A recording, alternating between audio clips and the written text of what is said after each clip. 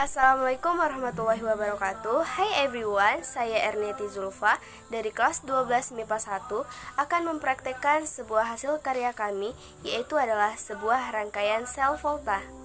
Nah, teman-teman, udah tahu belum apa itu sel volta? Nah, di sini apa aja yang harus kita bahas sih?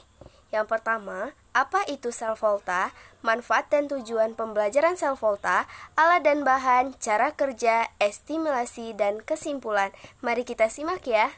Nah, yang pertama kita akan membahas apa sih itu sel volta. Sel volta disebut juga sebagai sel galvani. Penamaan keduanya itu diambil dari seorang penemuannya, yaitu Alessandro Guisper Volta dan Luigi Galvani. Sel volta merupakan sel elektrokimia yang dapat mengubah reaksi kimia dari reaksi spontan atau reaksi yang dapat berlangsung dengan sendirinya. Reaksi redoks spontan dapat diubah untuk digunakan sebagai sumber listrik. Untuk itu kita harus tahu manfaat dan tujuannya. Yang pertama, manfaat. Dalam kehidupan sehari-hari harus listrik dihasilkan dari suatu reaksi kimia. Dalam sel volta banyak kegunaannya, yaitu seperti untuk radio, kalkulator, televisi, dan kendaraan bermotor dan lain-lain.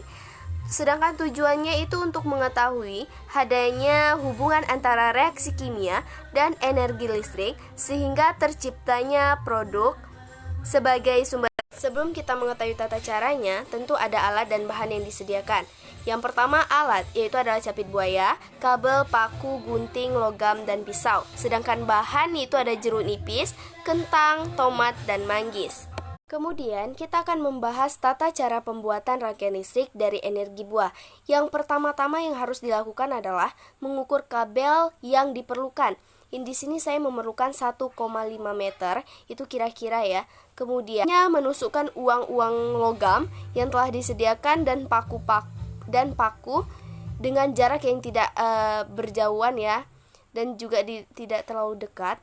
Selanjutnya kemudian menghubungkan capit buaya, menggabungkan dengan kedua capit buaya yang berwarna merah dan berwarna hitam. Kalian bisa lihat sendiri. Kemudian dengan menentukan kutub anode dan katodenya ya, hingga membentuk sebuah rangkaian. Selanjutnya dengan kutub negatif dan positif. Kemudian kita akan menyisakan kedua capit untuk dikaitkan dengan lampu LED agar lampu tersebut menjadi hidup. Lalu rangkaian kita pun berhasil. Nih, kita bisa lihat hasil sebuah rangkaian listrik kami melalui kentang.